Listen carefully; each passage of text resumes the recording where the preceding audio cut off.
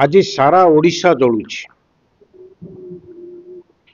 सारा ओडिशार छोट छोट पिलांक ठारू आरंभ करी महिलांक ठारू आरंभ करी आबाल वृद्ध वनिता केही सुरक्षित नुहंती।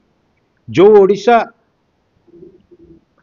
दिने 24 वर्ष भितरे नवीन पट्टनायक नेतृत्व रे सारा भारत वर्ष रे एवं विश्व रे एक नुआ रेकर्ड सृष्टि करथिला, नुआ ना सृष्टि करथिला, विकास रो ना, सुरक्षा रो ना जो सृष्टि करा जाई पारथिला।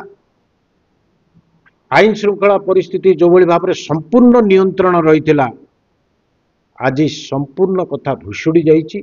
ये गोटे वर्ष भितर सबू तपस्या आमर सुखुआ पोड़ारे जाइछि। मांकड़ हाथ में शालग्राम भलिया गोटाए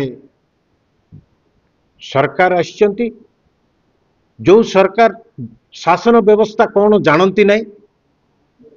आईन श्रृंखला परिस्थिति संपूर्ण रूपे विफल हो सारी। बालेश्वर ठारू आरंभ करके मालकानगिरी पर्यंत आपण देखिए जे साधारण नारीटीए, साधारण झीटीए आज सुरक्षित नुह।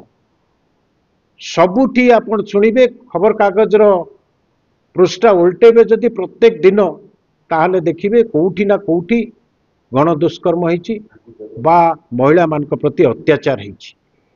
अविभक्त कोरापुट जिल्ला रे आपण देखिए बंधुगां, नारायणपाटना, लमतापुर, कोटपाड़, जयपुर ये समस्त अंचल रे जो भली भाव रे विभिन्न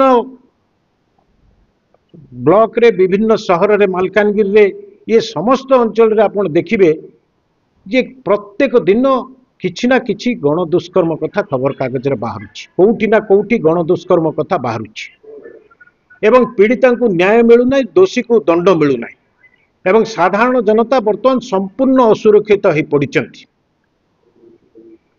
ये आसंता काली डीआईजी ऑफिस आम घेराव करने जाऊँ। विजु जनता दल तरफ घेराव करने जाऊँ। अविभक्त कोरापुट जिलार समस्त तृणमूल स्तर विजु जनता दलर कर्मी माने एथिरे सामिल हेबे। साधारण जनता स्वर पाखापाखि अविभक्त कोरापुट जिलार 30-40 लक्ष लोकंकर स्वर आसंता काली प्रतिफलन हब।